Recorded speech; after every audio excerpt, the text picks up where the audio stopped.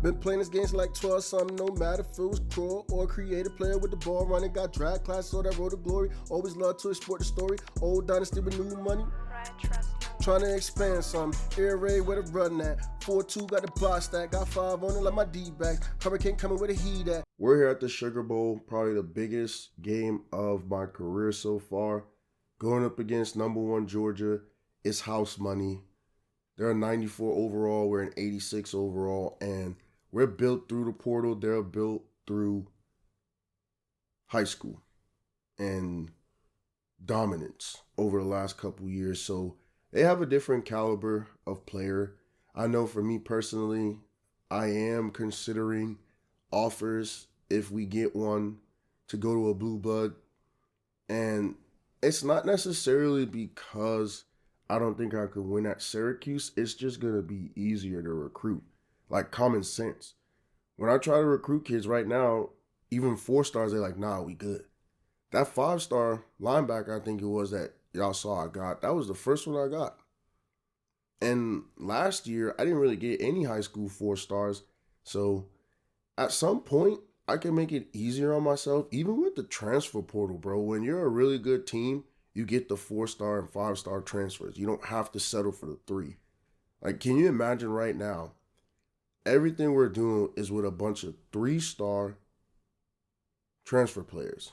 Can you imagine if we were to get the 4 stars or the 5 stars? So here, we're going to be at a disadvantage because we're starting off on defense first. And I already know it's Georgia, bro.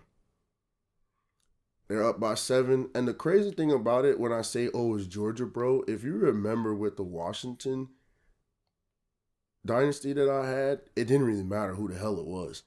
Like, we just played better. And I feel like I kind of got a rhythm too as a play caller, player, and all these things. So it really wasn't just, oh, this is who is, oh, we out. Let's go, Harrell. Come on, man. Don't get hot, nigga. Don't get hot. This is your play right here that defines your career at Syracuse. This nigga just took a slant 70 yards. And I remember he was the big-time receiver that I got out of the portal, bro, when I first got here. So it's crazy to throw him a slant that he goes 70 yards on. And I'm thinking, don't get hawk, don't get hawk, don't get hawk. He's straight, bro. I can't remember. Is he from, where the hell was he from? He could have been from like Mississippi or something. Maybe even Georgia. But wow, that is sick that he was able to do that. So what would be next is, since we're going to be tied, I'd probably just jump ahead to the next quarter. Because being tied is fine. It's being down that I'm not about to mess around with. So like right there, we're good. We're up by a score now. So get to the 4th quarter. And for the most part, Georgia's been quiet, bro. Georgia's been pretty quiet. We're up. And I am going to play all offense. Georgia just messed up. And here's why I'm saying they messed up. You know what I like to do. Short, quick passes. If we could bleed this clock, milkman, if we could do that, we should be straight. Get the ball to our slot receiver. This is a really good run play. And we're going to bleed this clock. But the thing about bleeding it, though, right now I'm just going to get it to 20. I'm not an idiot. We got to get to the other side of the field before we start going 15, 10, and that kind of stuff. So we'll get it to 20. I know he has to motion over. But, yeah. Great fucking blocking. Great blocking. We got exactly what we need to get. Here's the thing that I will say, though. I'm not in the business of field goals. Because if we don't do well and move this ball and score and get a field goal, not only it's important to run the clock so they don't get a chance to do much with it, but if we do that, it's like, come on, bro. All this work for a field goal. So right here, I'm going to bring that outside receiver on an in. We still got the mesh going on, so they probably should lose him in the fold. Running back, look like they only send in 5. So I actually might keep the running back in the block so we don't get smoked. And then, yeah, we're down to 10. I should have probably let him cross a little bit more, but we still got what we wanted out of it. Our quarterback has 100 yards right now. This nigga is playing like shit. That is not going to get the job done. So, like right here, we're going to let it get down to 15 again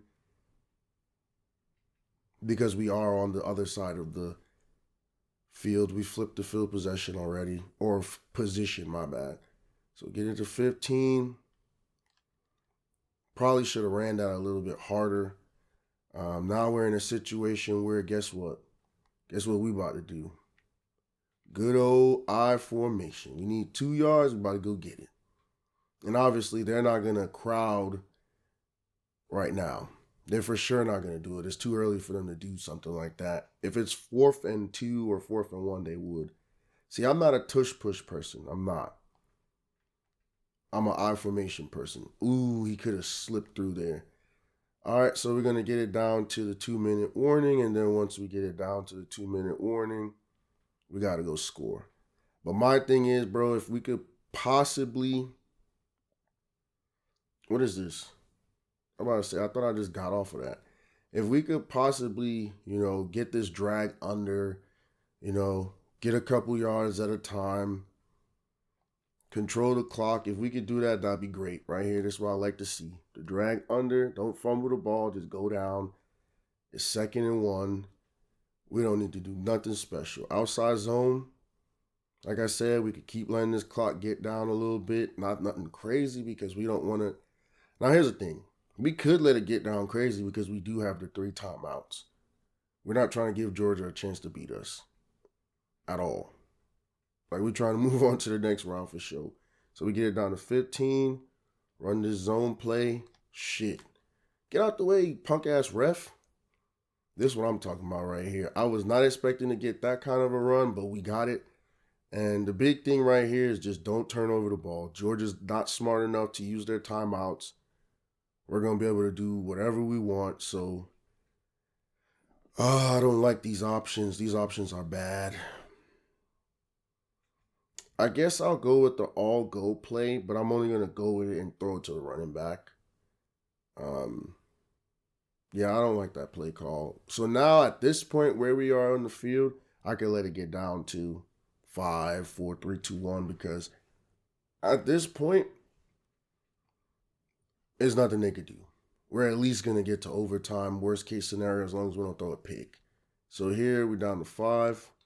Throw it to the back. Actually not trying to score. I'm going to be honest. I'm actually not trying to score right there. So then now we're going to have to go to our bread and butter. I'm going to let this run down, bro. I'm going to let it run all the way down. There's going to be 10 seconds when we run this play. I'm trying to win. I don't give a damn, bro. What nobody say about how I did this, how I do it, I'm trying to win. Because 2 more wins and we win the national championship with Syracuse, bro. We're going to run this shit all the way down. We don't need Georgia getting no type of chance to beat us. 3, 2, and we've been really good at this play. I don't know how he didn't just score that. He's sorry as fuck. But now we're down to 8 seconds.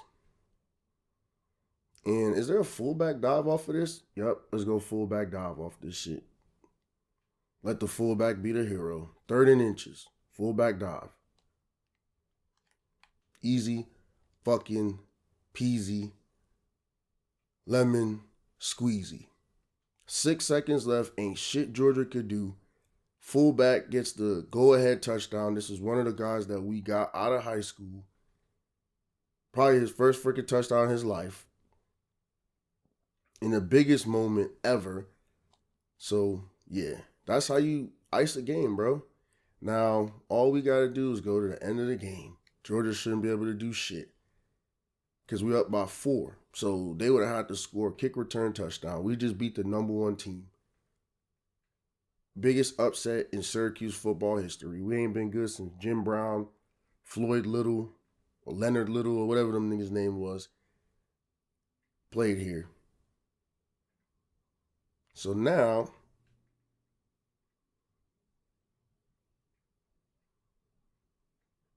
This is basically like what happened with Ole Miss. Like, Ole Miss wasn't supposed to beat no Georgia. That's the thing, bro. You get to these playoff games. I learned this with Washington. You get to these playoff games and it's game by game basis, man. Whoever played good on that day. It ain't about no more ranking. When you get to the top 12 teams, for the most part, if you're not a group of 5 team, you deserve to be there. Anybody could get beat. Like you just saw. We was on top mostly all this game. Them boys in Georgia don't know what hit them.